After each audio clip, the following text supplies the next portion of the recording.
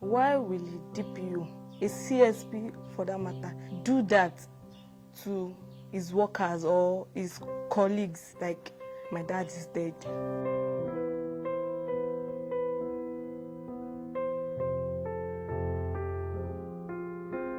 I first married today October 1999. 2004, Dide started police work. After the training, he moved to Ilimba, Abusa side for service there. I so love my husband because he's too hard working. He takes care of his kids. But me, since then we are moving on with our life.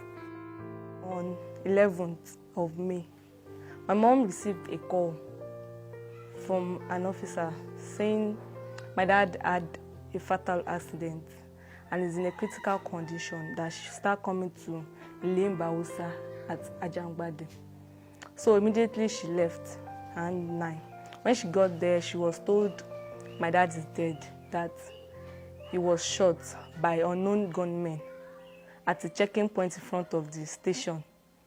So immediately she asked that, where did the bullet hit him? They were like, chest. So she asked that, how many are there on the checking point? They said 4, but he's the only one that was shot. Immediately she told them she wants to see the corpse. So like, the corpse is at a morgue in Yaba. She was like, how is she going to identify the corpse? They're like, there's a document there that she should go. So they gave her an officer to follow her, which was Eko. So when they got there, they didn't allow her to see the corpse because she doesn't have the document. The officer that followed them, because my mom was already out, she was like, when he knew the document was not available, why did he follow her? He was like, man, no deal, no be make kill am, I don't know anything, no, something like that. So the following day, they brought it around 12. When she saw the corpse, she was like, the story they said was very different, like they were like, it was on a checking point and was shot. When she saw the corpse, it was different. The bullet didn't penetrate through his shirt, it was direct to his chest. The singlet he wore was totally torn. His trousers was torn at the pocket side. His shoes were not properly worn and his eyes were even widely open. The position of the corpse was like a struggle. It wasn't straight. Someone on a checking point would stand up straight and would be well dressed, but the position was like there was a struggle. The hands were folded and the legs were not straight. So when she saw that, she was like, that means something is fishy. After she left, she started receiving a lot of calls from unknown people. They were like, it is the DPO that killed my dad.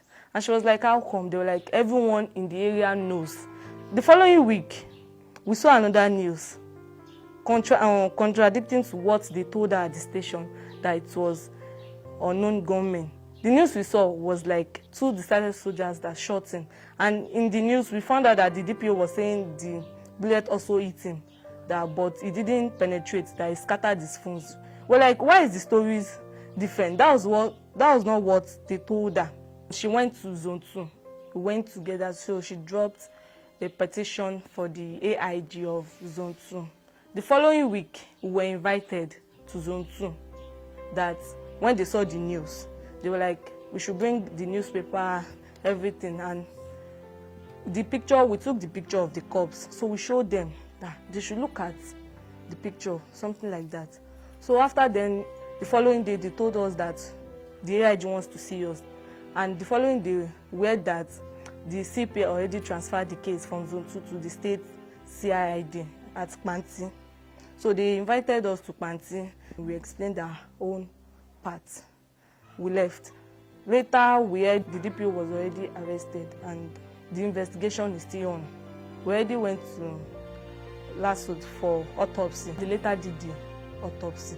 But the family started calling that we shouldn't do the autopsy. The family of the DPO started calling. They started coming to Ijebu. They went to the family house, my dad's family house. They went to my grandmom's church. Came to this place. They were like, we should stop. We shouldn't do anything, something like that. Started begging. And we were like, the case is not with us. It's with the government. A police officer with a police officer. So there's none of our business.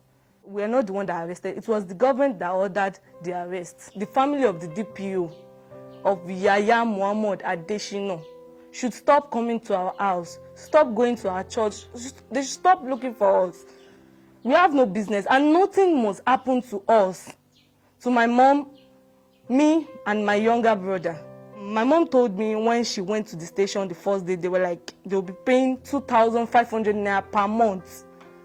Money for what? It's not even up to the money I collect from my dad per week. 2,500 naira for a whole family per month. That's heartless. What I just want is that justice must be done on this matter.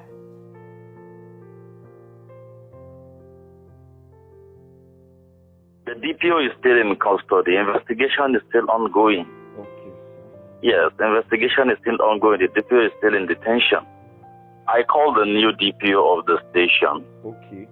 Since that DPO has been removed and placed in detention, we have to post a new DPO. So I called the current DPO to ask him whether there was any discussion between him and the wife as to maintenance allowance. He said no. He even summoned all the officers to ask whether there was a discussion before he took over the station, and they said no. So I don't know who she's having that discussion with. I don't know who promised her any amount. I know the MPF is a standard organization with laid down rules. He is a serving police officer who died while serving, and is entitled to quite a number of benefits, including the burial expenses, which the MPF will pay. And all those things there are procedures. It's not the money anybody controller to open his drawer and give. There are documents that must be processed, because all this payment must come from the headquarters. So nobody will do any informal discussion as to any upkeep arrangement. That is not part of the laid down financial regulation of the MPF that we are practicing. So they are entitled to quite a number of benefits, but all of them need to be processed officially and will be paid to them officially.